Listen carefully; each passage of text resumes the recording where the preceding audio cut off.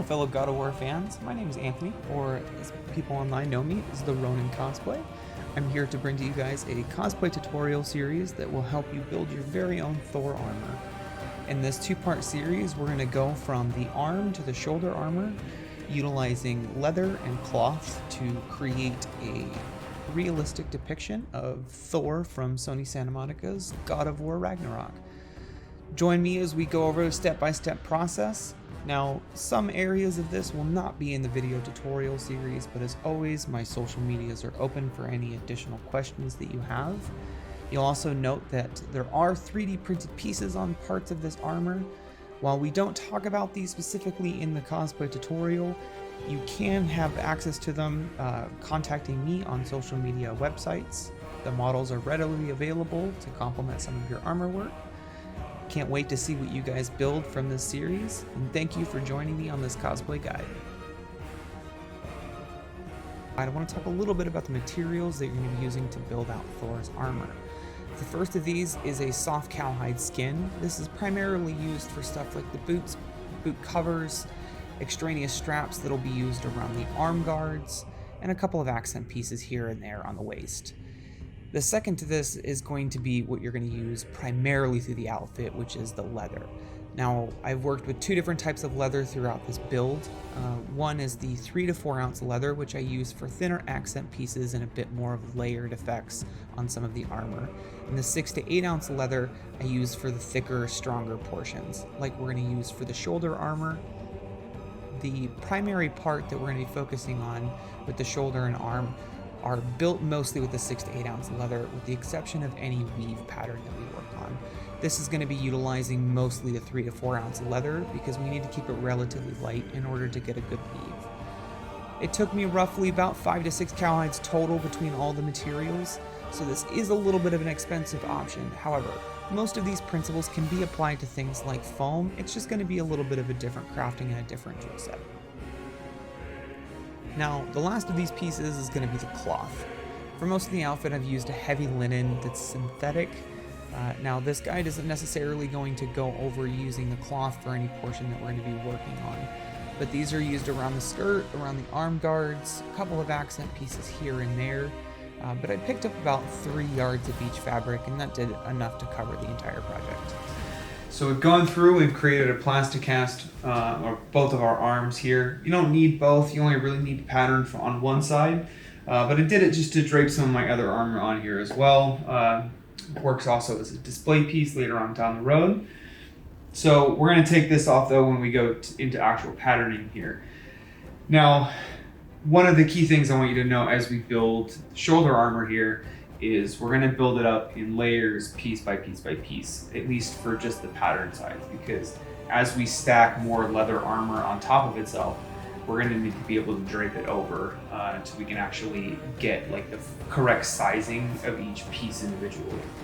To do that, we're going to start with our typical tape patterns, at least get some of our initial sizing on the shoulders, and then we'll translate it over into paper patterns that will drape over the sides. Usually it's going to take a few different pieces to get the correct sizing in there. From there, we'll go ahead and draw on the arm piece. We'll get that patterned out, and then just keep building on top of that. So now what we're doing here to create some of our initial patterns for the shoulder armor is I'm just going in with some blue painter tape and mocking out the shapes of each portion of the leather. This is going to allow me to have an idea of how I want to start to layer these pieces, and then once I have some rough outlines, I go in with a Sharpie and create some final detailed sketch marks of where I want to cut these pieces out. I do this for the same piece on the back, and that way my lines can go all the way over to complete the shoulder armor.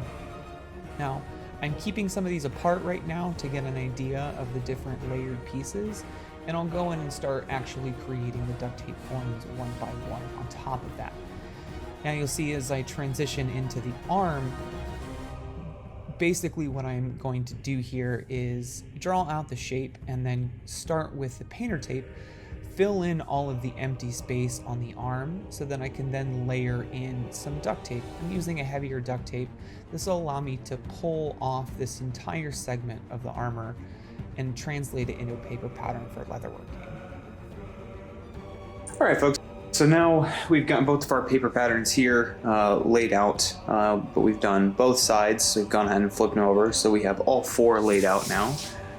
Now you'll notice that around the trim I've basically left a whole lot of extra space there, and the reason for that is we're going to cut all of our straight lines in the pattern for the weave, but we're going to keep the border there uncut, so that way we can actually weave into this. And you'll see it once I get all the lines laid out and everything. The actual width of these lines is going to depend on how you feel. I'm probably going to go again with 1/4 inch for the width of all of my weave, but it's going to depend on kind of the size of you, the size of your arms, size of your shoulders. If you want to go with a little bit bigger of a weave from our noticeable pattern, you can. But we'll get all this lined out, and then from there I'll start to show you guys the weave pattern.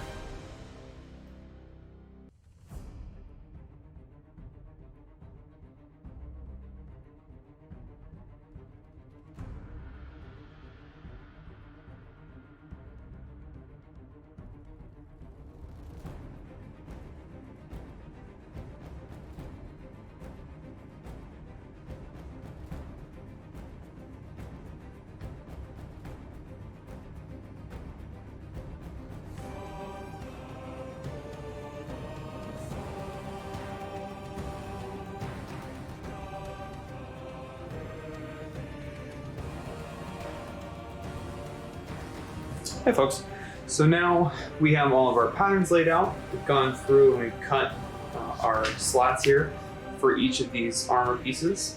These are both the arm guards and then the underlayer of the shoulder guards here.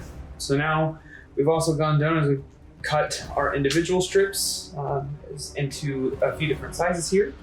And we're gonna go ahead and we're gonna start weaving that into our pattern. So this is where the advantage comes of us keeping the edge border, so we have something to push all of our individual pieces through with our weave. And you'll notice that as we kind of go through, you may have to cut a little bit more on some of the edges if you didn't cut far enough along it, just to make sure that you can shove everything as far back as possible. So we're just gonna go ahead and start weaving these guys. This first one.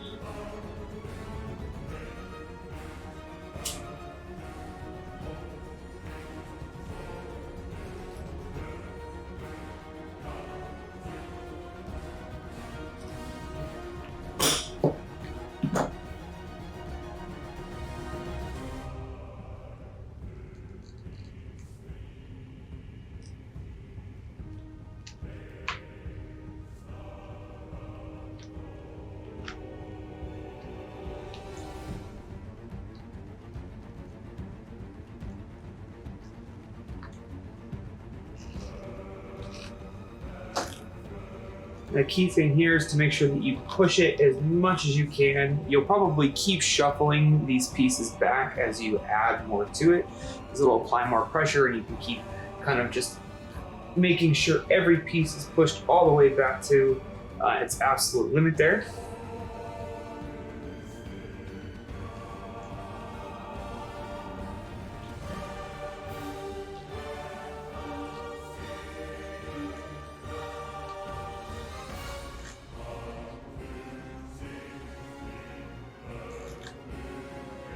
Now the thing to note is your borders aren't going to matter too much, because we're going to add a whole border segment along here when we're done with the weaves of each individual piece.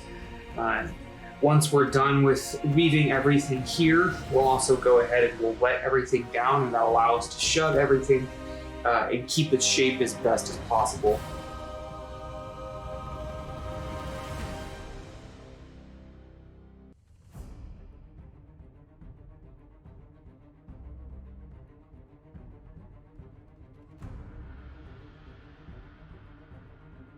We're going to go ahead and duplicate the pattern that we used to get the overall shape here.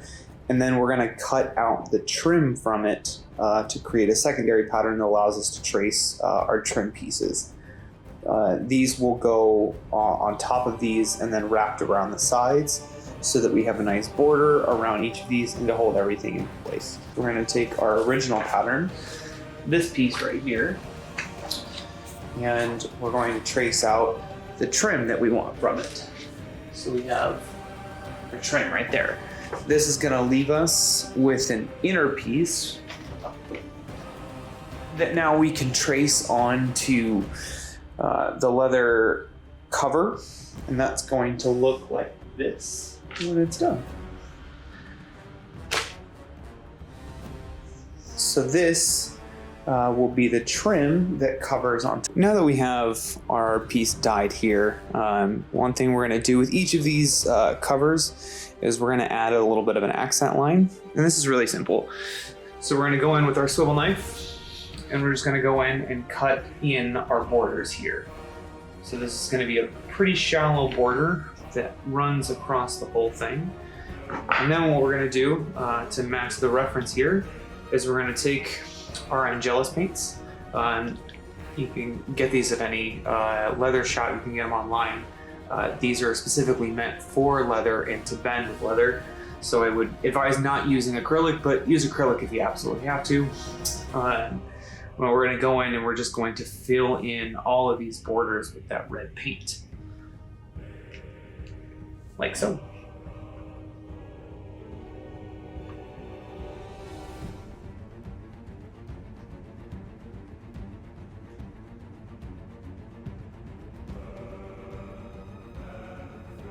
We have our shoulder piece that's been cut out from our pattern. So we have that done.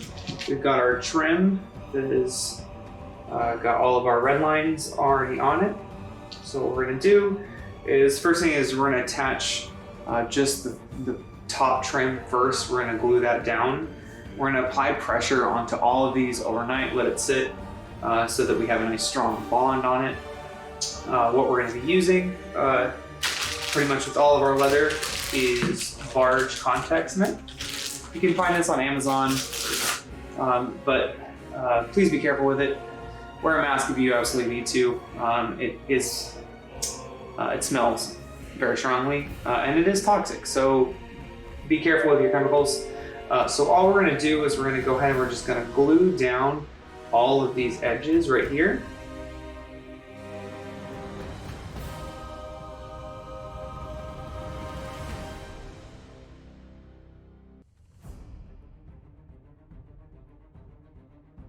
So we've glued the top sides of our leather here, so all these border trims are nice and tacked down, which is going to help us when we get to our wrapping. So I'm going to show you a couple of steps here really quick as far as how we're going to approach this wrapping before we go ahead and get it sewn together. Now what we're going to do here is we're going to just wet the insides. I don't want to wet everything because I want to be able to glue the edges down themselves. So we're just going to go in and add in some water right here along these borders. And that way we're gonna soften up the bend here in this spot. Just go over it a couple times.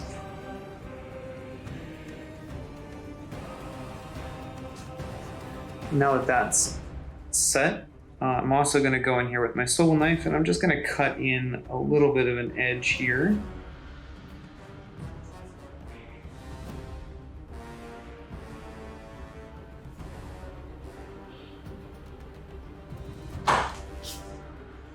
And this is just to help this bend a little bit. There are areas that you're probably gonna trim down a little bit as they overlap with the pattern. It depends. So you'll see like up here as we bend things, you start to get a little bit of an overlap. Now you can either trim those down as you go through this process, or as I like to do, I'll go in with a Dremel and sand it down afterwards. That'll help it be a little bit smoother. Now, one thing to note is when you do glue all of these pieces down, you're going to run into overlapping areas. That's a quick, easy fix. All I did was run in with a Dremel and sand down some of those areas. Then going back in with some antique gel to kind of finish this area off, and that wraps up the trim, and so now we can move on to sewing. So now that we have all of our pieces glued together, I'm going to show you how we go and get all of our accent stitching done. This is going to be the same on all of the patchwork items. This includes all of the shoulder pieces as well as the hip guards, which we'll cover in later. So You take your wax thread here, thread it with your needle, and what you're going to do is you're going to start from the underside of your leather.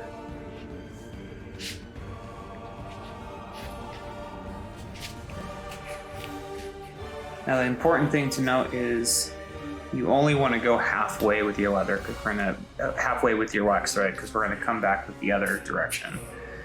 Now, as you're going through this and sewing each hole, what you want to do is hold the thread right at that middle point between your two punctures here. So as you go to the next hole, try and hold it in place. Leave your next line, pull it a little tight, shuffle that thread over as much as you can so that it lines up with the middle.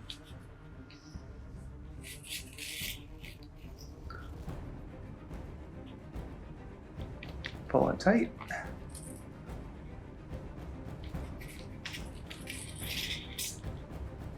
Just keep going one by one, holding it as you make sure that you pull it as tight as you can, because you don't want any slack as you come back.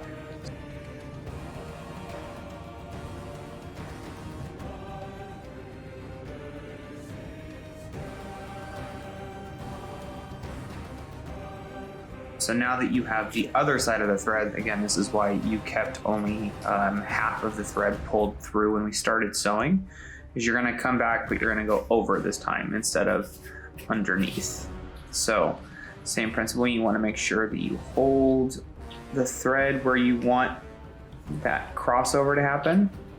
Bring the thread over to the next point, which is where the top of the previous thread is.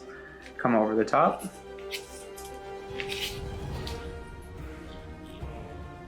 Just keep pulling it through one by one so that you get that nice kind of V stitch that comes over the edge.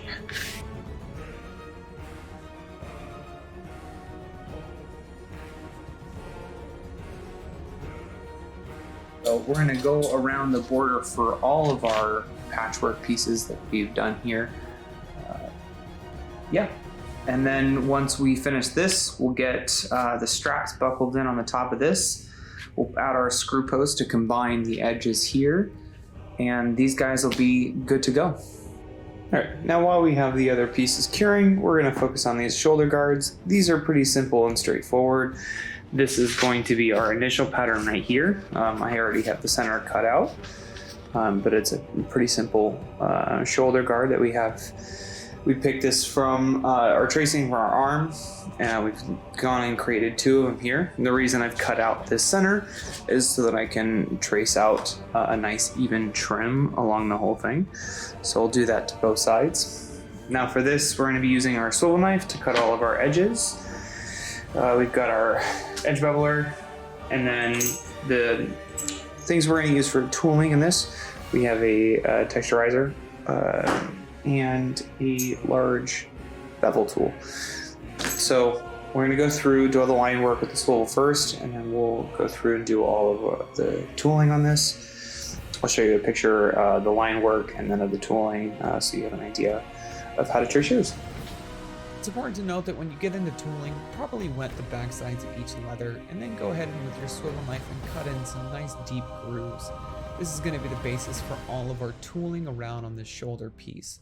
You'll notice that I've got some accent grooves around the edges, and then once all of that is set in, I've gone in with my beveler here and hammered in all of the beveling around each of the trim pieces. Doing the same thing with the texturizer tool to give the outer trim a nice effect.